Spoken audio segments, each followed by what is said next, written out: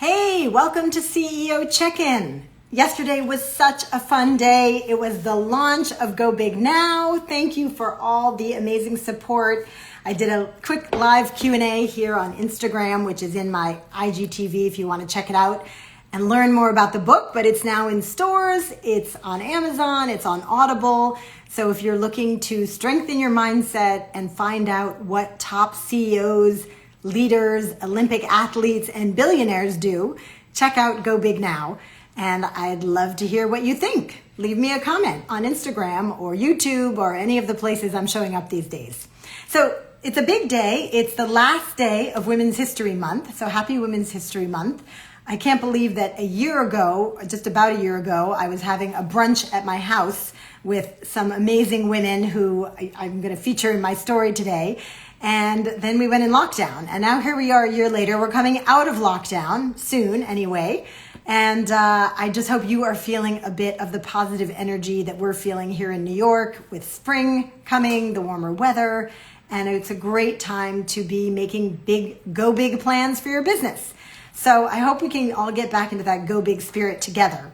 I did also want to give a shout out that the $1 Million Women's Summit is happening in about 3 weeks. It's on April 22nd and 23rd. And we have an early bird special happening where it's half off. It's the least expensive it's ever going to be. And that ends today, March 31st. So go check that out at mdwsummit.org and grab your ticket. We're going to have fantastic keynotes and panelists, women who've gotten to the $1 million mark and kept going and are going to tell you exactly how they did it, and industry leaders teaching workshops on fundraising, marketing, branding. It's going to be amazing, and it's our 5-year anniversary, so don't miss it.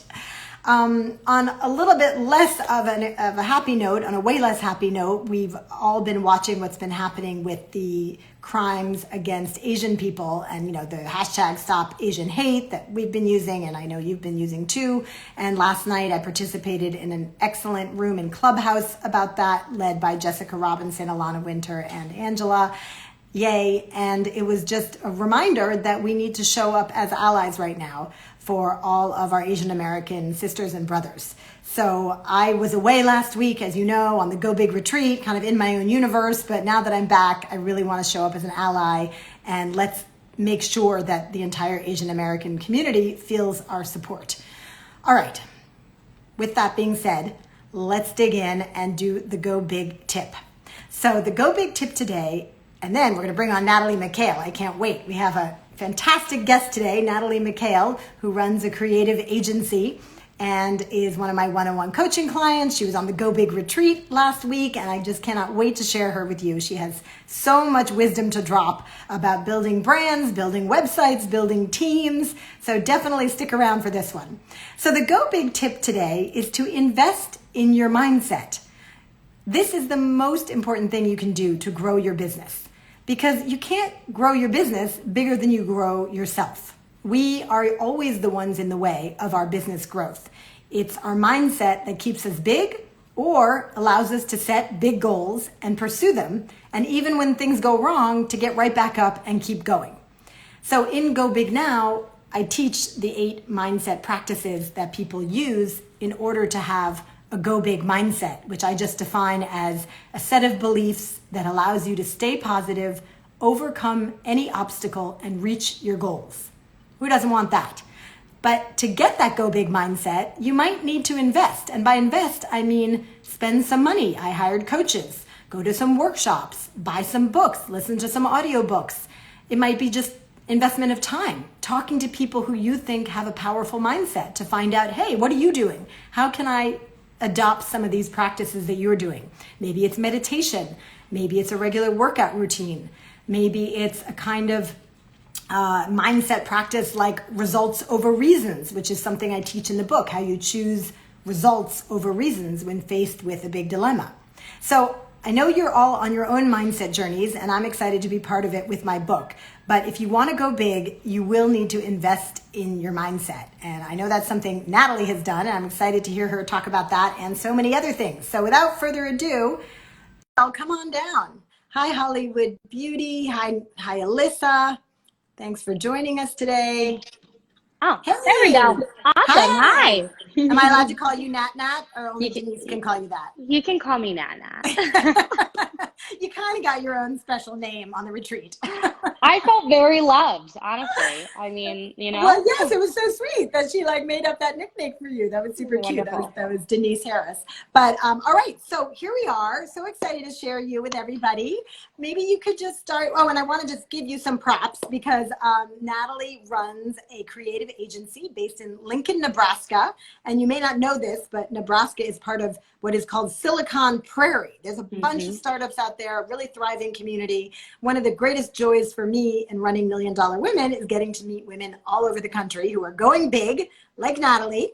And she was recognized recently as winning an award for being one of the top creative, no, the top creative agency, right? In the In Midwest. web design. Yep, in web design. So In web specifically design. web design. So Yeah. congratulations on that. And I Thank know you. it's only the beginning. So maybe you could tell us a little bit about how you started Oh Hello and became an entrepreneur. Yeah, so, to be fully transparent, I did not start this company by myself. I had two amazing partners that I met at my last digital marketing agency called Evil. That agency got acquired by Firespring, and, the three of us were like, let's go do this. Let's try this. And we really wanted to solve the problem of helping companies understand what a brand is rather than just investing a ton of money in digital marketing and then feeling like they didn't really know where the ROI was because they weren't targeting the right customer with the right messaging. So, a year into the company, and this is a story that happens to a lot of founders, especially groups of three, as I've done research. Davey had a baby and, he started wanting to have a more flexible schedule and be able to work from home a little bit more.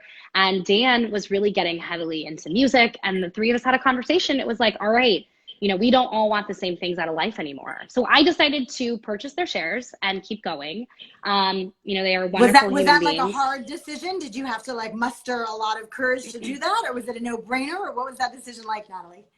I mean, it was really scary. Like I remember meeting, Jess Lowski, who was on the retreat, who's on my board of advisors, and my friend Ginny, who also was on my Jess board of is advisors. fabulous. Yes. Jess, and I remember meeting them at coffee at 11 a.m. and I was shaking and I was like, I don't think I can do this on my own. I mean, it would have been much easier if the three of us had decided we're going to consolidate the agency and just put it to rest. What a great idea for a year. But I had this feeling that I wanted to keep going and I couldn't let it settle, And so I remember figuring all of the financials out, getting an attorney. And even though we were all friends and this was the most amicable split you could potentially ever have, it was just really stressful hammering out all of the details, right? Well, and now you were going to be responsible for everything, right? That's a Yeah. bit daunting. At what? At all of 27 or something, or not even? Yeah. How old were you at the Yeah. time? I think I was 27. Freshly 27. That's amazing. And I What was did like, Jess oh, say? oh Because crap. I am curious from a mindset perspective. Sometimes people see things in us that we can't see in ourselves. So what did Yeah. Jess say when you said, I don't know if I can do this? Jess was like, you can do this. Put your big girl pants on. I mean, that's definitely the message that she gave me. Because I was like, And this she is was really already running a scary. multi-million-dollar company herself, Yes. right? So you kind of Yes. figured, okay, well, if she thinks I can do it, that's a good sign. Yes. And same with Ginny. I mean, Ginny has a very successful consulting business. So lesson learned, guys, you got to surround yourself and go to people who are going to be like, hell yeah, you can. And then also who are going to say, I've done it already. And this is part of the path. Right.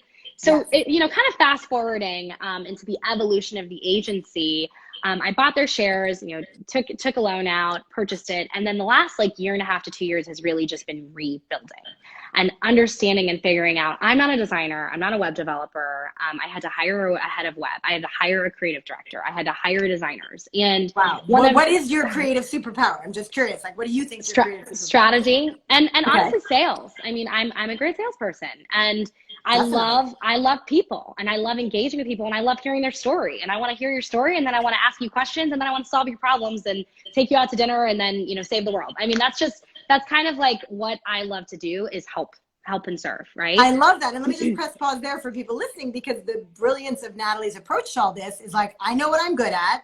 I'm going to do that. And then I'm going to hire other people to do the other things. And that's why she's been able to grow her agency so rapidly and have so many customers that are just coming back time and time again. So, yeah, I'm not designing the website. I'm not in the work, right? I mean, there are times when I'm doing the content strategy but I'm on 3 client calls a week, not 20, I'm not executing on work at home. I'm executing on being a business owner and really operating as the CEO and understanding where we're profitable. And, and listen, when we lose a client, I need to step in and figure out how to make sure that never happens again.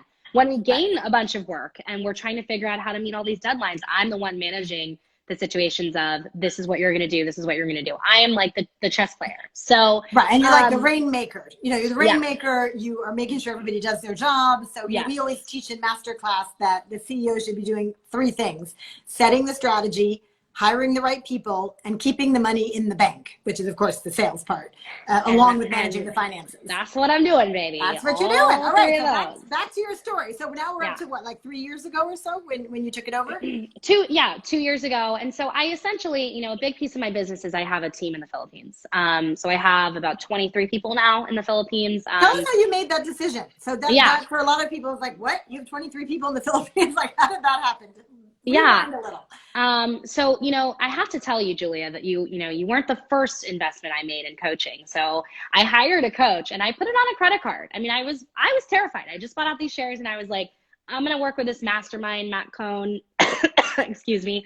It's $2 or $3 grand. I'm going to do it. And it was this mastermind teaching you how to leverage virtual assistants in the Philippines. And I was at the end of my rope. I had no idea how I was going to execute on any of this shit. Like, I mean, I'm just gonna be honest. You're like, now I have an agency. Now what? Right. There was a bunch of stuff, even recurring revenue, and I had no idea who was going to do it. I mean, that's basically where I was at.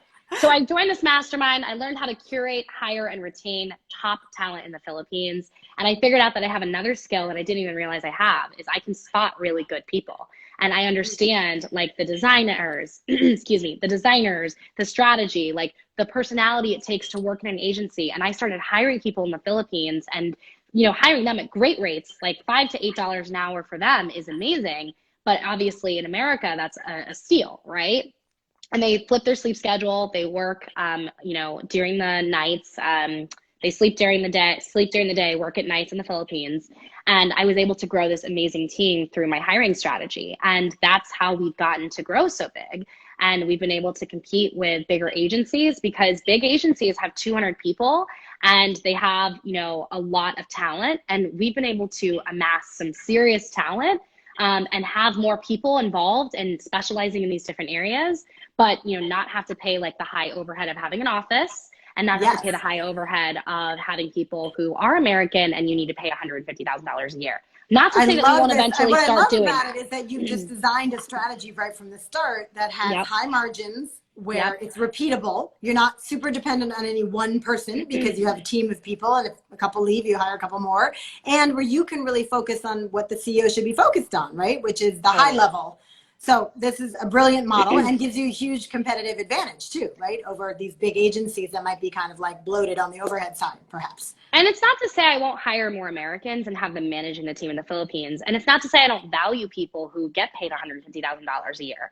But I've had some people like that on your team. It's just we do. Yeah. But I had to think about, like, if these are the Goliaths and I'm the David, like, how am I going to be competitive? And right out the gate, like, how am I going to grow this agency sustainably? And so the other gift that's come out of this is, while we're doing, web design, brand strategy, messaging, social media, and digital advertising as our core services, right? On the agency side, we also can take small businesses and give them our training and materials that we have created on how to hire a web developer themselves in the Philippines, how to hire an executive assistant in the Philippines, how to hire their own designer. So we have all these tools. You learn how to do it, you're using it, and you teach it to your clients. Exactly. Because a company that's doing, $10 to $30 million, they don't want to learn that stuff. They just want an agency to execute on everything. But a small business that's making $500,000 to $3 million, they're going to come to us with no marketing director. They're going to really stretch their budget to invest in a website, which we're going to do an awesome job for them at, right? And then they're going to be like, oh my gosh, how are we going to maintain this website? We do not have a $30,000 a year budget to do website updates. And then we can give them these materials. And they can hire someone in the Philippines and they can save money and they can feel like, oh my gosh, okay, we've got somebody on our side, because we want small businesses to grow too, because that's how we've started. And we still are small. So we're invested in their success. I love that. And I think so many people listening can relate to that, because sometimes you say, okay, I have to redo my website. Certainly during the pandemic when everything went digital, right? A lot of people realized, okay, I need to redo my website or redo my social media. But then certainly with the web, the website, not the social media, there's such a big maintenance component that can be really intimidating. So I love that you found this wraparound solution. So what I want to understand now is, what is the main value that you bring your customers? Like when they come to you, what problem are they trying to solve and how do you solve it? Yeah, so the problem they're trying to solve is they've gotten to the point where they're a mid-level business and they have stopped growing, or their competitors are taking their market share because they haven't made the jump from company to brand. So they're just they're an average Joe company, and some people know them, but they don't have any taglines, they don't have any messaging. Their logo hasn't been updated. No one wants to wear a t-shirt with their logo on it. No one wants to wear a t-shirt, and their website is not converting for them anymore. It's not converting more customers. They're stagnant. And they're reaching a point where it's critical. They have to become a brand, and they need to start taking, they need to start thinking proactively about competitors coming up on the market, and they need to separate themselves from, other market share and have some differentiators. And it's usually through experience and brand. Because in markets like construction, heating and air, mechanical, engineering, blue collar industries, your brand is how you separate yourself besides service and experience, right? Yeah, so it's hard to differentiate for the customer, right? It's like, well, I don't know, which company do I hire to do my roof? They all kind of look the same. And even retail is like that. Nordstrom and Lehman Marcus sell the same gray shirt. But I'm going to Nordstrom because it's free shipping and free returns, and their customer service is way better than Neiman's. I mean, that's just the truth, right? Yeah, but I can buy the same gray shirt.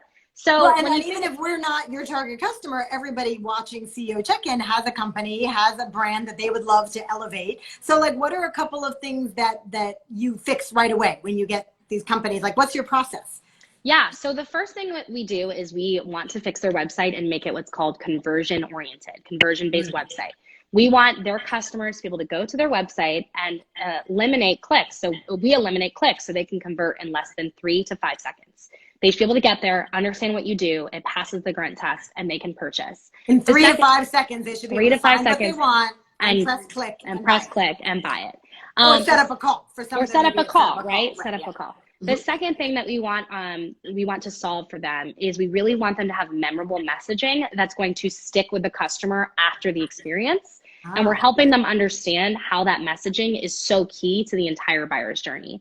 Because they'll go and talk to other people about the brand if the messaging and the experience on the website is memorable. So we are already bringing them into strategy sessions and helping them create and refresh their messaging so that it's awesome. And then the I'm third going to pause there because this is so much amazing information. I just want for people just arriving.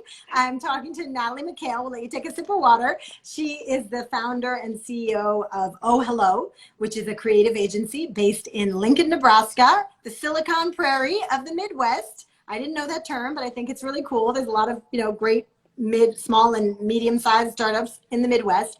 And she is explaining her process of helping companies change their websites so that they convert more customers, their brand is more memorable, and they tell their brand story.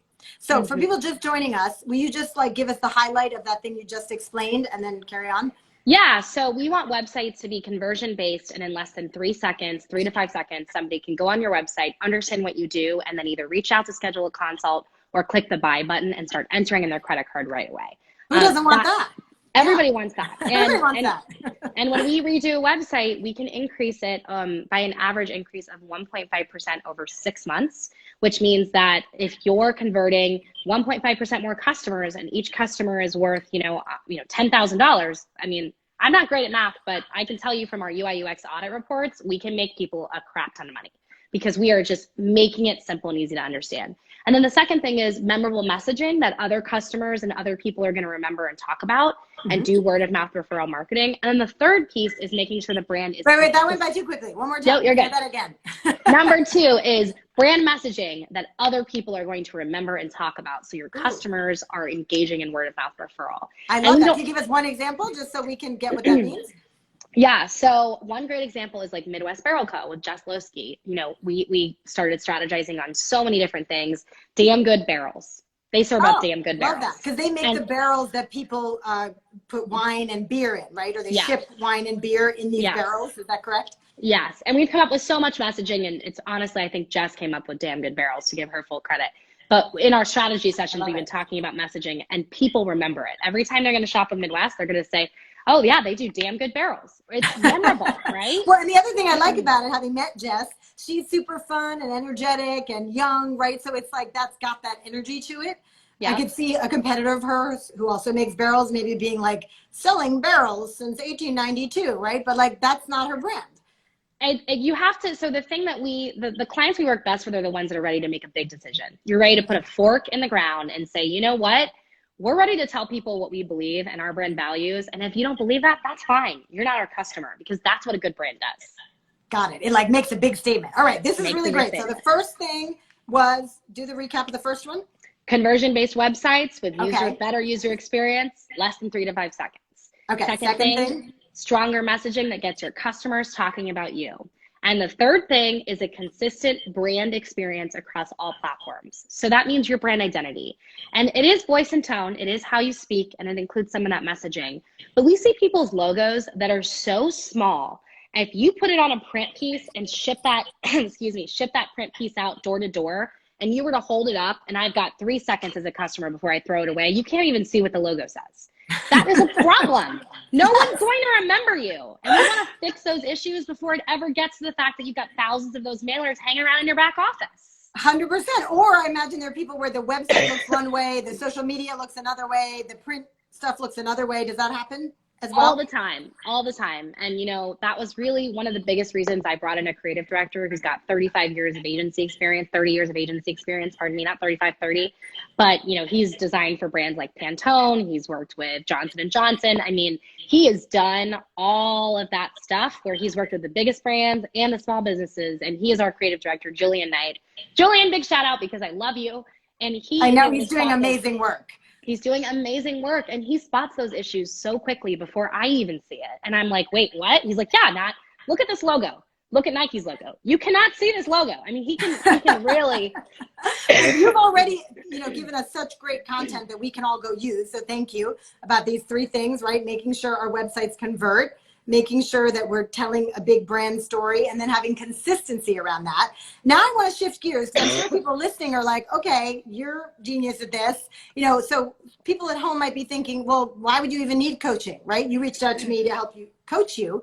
And I think one thing people don't realize that I'd love you to help people understand is you can be killing it at the part you love, but still have things in your business where you're like, I'm not sure what to do about that. So maybe just tell how we met and what you were looking for. So I'm going to be really vulnerable in saying that, I've always been really great at sales. And earlier on in our business, before I had fully restructured it, I actually sold too much, and our agency was just drowning in work. We were drowning in getting to execution. We were drowning. And like, my creative director now and my head of web are so thrilled that I have Julia, because they know I have somebody coaching me on process and operations, so that I'm not over promising clients. So I understand how long things take and what all of the cogs of the wheel are. So I hired Julia because for a while we'd been stuck at this $300,000 revenue mark. And the reason we were stuck is because I would sell a lot, we'd get super backed up, and then I'd have to stop sales. I mean, that's just what kept happening. And when I hired Julia, she helped me reprioritize the business. I mean, you've been amazing. I mean, Julia, Thank you. I love working with you. I mean, you're my favorite, I get emotional. You're one of my favorite humans in the whole world. Well, I came to have that week together last week. That was just such a blast, because we've been working together via Zoom all this time, and then we got to actually hang out and have drinks and just be people, which was really fun. But back to why I originally hired Julia, I got to the point where I was like, I want to get to $1 million, but I just don't know the way forward. Like, I'm doing all these sales, I can have all these deals, but if we're not executing flawlessly and operations aren't running smoothly, we're never going to get to $1 million. I mean, I was forgetting about certain things like the fact that if you promise the client one thing and don't deliver and don't have a system to deliver, like, it's not repeatable, right? I just was lacking that understanding. So I hired Julia to really come in and help me fix a lot of our operations problems, and then tighten up my sales strategy to find the right clients. And, another big win for us has been my limiting beliefs about whether or not I could build $1 million company. I mean, to be honest, like, well, thank you for circling back to mindset, right? Because that was the go big tip today. And here, take another sip of water while I explain this. You really can only build your business as big as you grow yourself, right? If you're having limiting beliefs, if you're not sure you can do it, then that's going to seep into everything you do. And that's usually a good sign you need a coach. That was when I got a coach. So yeah, tell us what that was like for you. Well, I had gone through the steps of buying my partners out, but I didn't fully believe I could ever hit $1 million. And I didn't fully believe that I was capable of running a multi-million-dollar company. And I hired a coach to help me understand and develop a plan to do it so that I could start taking actions to do it, and then I could believe it. And that's what's really happened. Even on my down days, like this week has been really hard. I got sick. I got back from a week in Florida. I've just been feeling really overwhelmed with tasks, and we're growing. So many, thank goodness, but yeah. Sorry. Oh, we still got no you. COVID, but it is a cold. I got a COVID test, 2 actually, that were both negative. But there were so many things, but even on my even on my days when it's really hard, what I remember is that I'm taking massive action, and that I believe I can do it.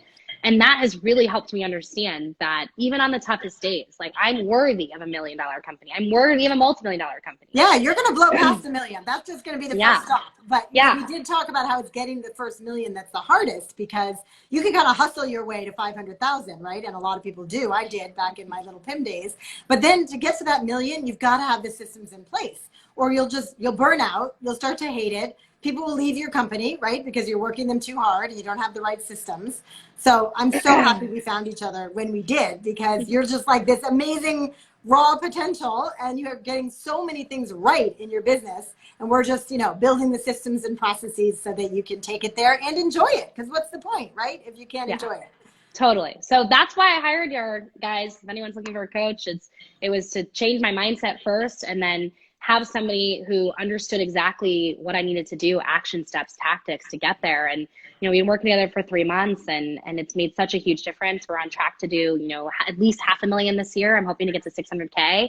And, the other thing that I'm realizing is that, it might take me a little bit longer. It might be me slowing down to really enjoy to enjoy working with my clients and doing friggin' awesome work. But well, you know what? The fact that you came to the retreat last week was such a good sign, right? Because you were like, I deserve to go spend time just hanging out, being around other cool women who are ahead of where I am. And that is the kind of mindset that's going to get you to $1 million and beyond. Totally. 100%. So I love that. Yeah. That's why I hired you, Julia. Well, we're on our way to that 600,000. We're going to blow past that quickly. But here's what I'd love to end with is, you who are so good at sales, and of course you're amazing at sales, but we still worked on sales. So I'd love people to hear this, because I often say, you can't take the sale out of scale. And you're a perfect example where like, you're really good at selling. So then why were we working on sales? Just unpack that for people a minute. Well, the truth is that I'm really good at selling, but my sales cycles have been super long. And it's because I haven't been extracting the pain out of my clients. And pain being, what problems do they really need to solve that only I can help them fix? And how can I have them get the realization that if they don't solve it soon, it's going to hurt their business longer? So, to me, like, that's the biggest thing that was missing from my sales strategy, is really understanding how to listen more, talk less, and let the client that I'm talking to, communicate to me that pain that they're feeling, and I can help them uncover it and have them come to the realization that they need me rather than the other way around. Because and has that shortened the sales cycle for you? Already. I just closed a client yesterday on Monday, and we've only had one call close. And Julia taught me the strategy. And listen, this is, a small business client that we're going to help, and it's a chunk of money, and it was an investment, and we're going to do amazing work for them. And they just decided, they were like, yeah, let's do it. Because I let them talk to me, and I let them tell me their problems, and I let them speak about what they were feeling on that call, instead of just steamrolling over them and telling them all about us, Well, and that's what we talked about last week when we did the sales workshop at the Go Big retreat, is like, there should be a point in the call where you're thinking, God, they're really talking a lot, right? Like, that means you're doing it right. So it sounds like you had that moment in this sales call. The other thing I'd love to highlight is, you're really good at sales, and I think a lot of women watching can relate to this. Like, of course they're good, because otherwise they couldn't have gotten to 100,000 or 300,000 or wherever they are. But what happens when you have to teach your team? What happens when you invite other people in? And, I taught you the sales cure, right? The method that I use, and now you're using it with your team. How has that helped you feel like other people can be part of the sales process, if it has? Well, I'm going to just talk about what we've done, if that's okay. Yeah. Because when you really opened up my eyes to, when you said, maybe you should build a sales playbook, maybe you should document your sales process, I was like, oh my gosh, yeah, I should. Because how could I scale past me if I don't have a process that's documented? So what we did in the last 3 weeks, and Julia, you are going to be so pumped when you see this on our next coaching can't call. wait to see it. We've added to it even more. And if anybody watching this, wants some golden nuggets from it, message me on Instagram. I'm happy to share. But we have completely revolutionized our sales playbook, and we've gone from cold call scripts. What is the cold call going to be? What the one call close is? Our sales cure methodology is in there. If we have to hop on a second or third call, we worked with Julia on the retreat about exactly how to do that tactically, how to bring up the pain again, and what the process is. So now we have a sales playbook, and it's pretty long, but it is something that it's our golden handbook, and we are going back to that every time we can't remember, or every time before a sales call. Paige and I can go back to that and say, okay, these are our scripts. And you know what? I'm a really great, I can talk to people all day long, but why am I using sales scripts? Because even I get nervous, and I get jumbled, and you don't know who you're going to be talking to sometimes. You don't know their personality, and you need some light scripts, and you need some notes on what you should be listening for so that you can give them the best quality experience and help them solve their problem by truly hearing them. And that's what our sales playbook is designed to do. I am so excited to see that playbook. Yeah. You have no idea. That makes me so happy, because the truth is, when I work with someone like you who, you're so vibrant and you've got so many amazing ideas, it's not the best use of you to do every single sales meeting, right? Of course you can do it, and you close a lot of those, but how are you going to write your book? How are you going to, meet the board of advisors that's going to help you take this company to 5 million and 20 million if you're so busy doing every single sale? So I'm thrilled that you've created that system, and that's exactly what I wanted for you, is to just not be the only one. Because the nice thing about the sales cure is you can hand off pieces of it, right, before you're ready for someone to take the whole baby. Have you already seen some pieces you can hand off? Yes, and just to take it one step closer, guys, Julia obviously has a lot of answers, but one of the things in our business that we know we need to do is cold calling. So Paige is getting trained on how to do cold calls, and what Julia and our experience working together has taught me is if I don't know the answers, seek them out. So we actually hired, somebody who does, I reached out to some friends who cold call all the time, and we have her meeting with our team every Saturday for 2 hours, and she's been giving us all of the cold calling secrets, everything from changing your phone number to the area code that you're calling, to making a schedule of when you're calling people so you can catch them at the right time. So if you call them 8 a.m. Monday, Tuesday, Wednesday, they don't answer, 8 a.m. is not a good time to call that person, right? This is so cool. But I would never have reached out for that resource if Julia had not given me the idea and said, you really need a sales playbook. How are you documenting the process? What does your sales cycle look like? And now we are actively adding to this playbook and thinking about how do we make this entire process seamless and like a formula, because it has to be. We have to know we get this many leads on the phone, we close this many deals a month, and this is the revenue that comes in. We're not totally there yet. I'm not going to tell everybody that I've got it all figured out, but we're on our way, and that is what working with you has created. That is so exciting. And I think for people listening, I think they'd rather hear on your way, right? Because I know when I was trying to build my company, Little Pim, I didn't like hearing from people who had built billion-dollar companies, because they just didn't have the same problems I had. Whereas so many people on this call are trying to set up the very systems that you're setting up now. So this is super helpful. And if you don't know what a sales playbook is, if you're like, what's that thing they keep talking about, a sales playbook? It comes out of sports. In a football game, right? They have a playbook of all the plays that have worked. It's like, what are the right strategies? In sales, we do the same thing. We create, it's just a document, it's nothing fancy. It can be like a Google Doc that documents, here's how we approach our customers. Here's what we talk about on the first call. Here's what tends to work to close them. Here's what we promise. Within 2 days or 1 day or whatever it is, we send the proposal or the invoice or the terms or however you guys work. And that's all laid out. In most companies, guess where all that lives? Point to the part of the body where you think all that lives, Natalie. Brain. Yes. So that was half my job with you, right? Just get it out of your brain onto the paper. And you know what? We could talk for 5 hours, so I think we're going to have to shut this down. But I always love talking to you about what you're doing, and I'm so grateful that you took some time, especially this busy week, to come share what you're up to with the $1 Million Women community. I know we'll see you at the summit, right? On 4/22? Yes, I have that marked up on my calendar. And I think the only thing that I would leave people with, for anyone that's watching or anyone that watches the replay of this, is that it's never going to feel easy. I just want everyone to know that. You're going to have days where you're like, I really don't feel like doing all of this. Or you're going to have days where you're like, am I doing this right? But the number one thing that has helped me be successful in working with a coach and working on my business and growing the agency is acting before I'm ready. So even when I'm not ready, I'm jumping in and I'm trying to figure it out. And knowing that I'm going to get there if I just take massive action has been amazing for me. So take action. I know that you want to procrastinate it because it's scary and it's a lot and you don't know what you're doing. But once you start acting, you are resourceful, and we have the internet, and we are going to figure it out because you're already starting to do something and you're going to get that momentum, but you just got to start. So. That is such great advice, and it's right on track with invest in your mindset, right? Because that is a mindset thing of taking action before you're ready, right? Sometimes you have to just put yourself in the situation. I mean, when you signed up to go to the Go Big retreat, right? You knew you'd be one of the youngest people, one of the smallest businesses, and you were like, I don't care. I'm going to go be with all people ahead of where I am. And we loved having you there. And we learned so much from you, by the way. So, right? You never know. Anyway. I loved being the baby. I'm not gonna lie. Everybody was like, "Here's your advice, Nat. Here's how to choose your marriage. Here's how to choose your bank. Here's how to grow a company." I was like, "Yes, please. Thank you." I think no topic was left uncovered by the end of those 6 days. I don't know what we have left for Mallorca next year, but we'll find some new things. I'll be there.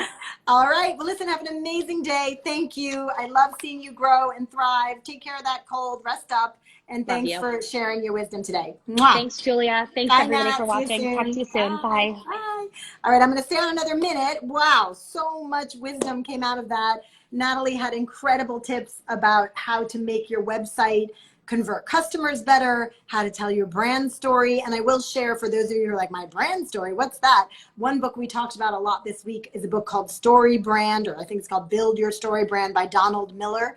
Natalie loves the book. I love the book. Check it out if you're working on branding. Something with Story Brand in it by Donald Miller. And then the third tip was to be consistent, right? Across all your platforms. This is something we work on a lot, even here at Million Dollar Women, right? Are we using the same colors? Are we communicating in the same voice across our website and our social media? So I hope you have lots to go chew on there. I just want to leave you with 1, happy end of Women's History Month. 2, make sure to sign up for the Million Dollar Women Summit. If you do it today, you'll get half off. It's $59. This used to be a $399 ticket. We massively reduced it for our 5-year anniversary. And today is the last day. It's going to be $59. So go sign up, and I will see you on 4/22 and 4/23. And also look out later for a new blog post called The Number One Thing We Need to Master. You'll never guess what it's about. Mindset. And get the book if you haven't already. All right. Have a great day. Thanks for being with me. Stay brave and go big.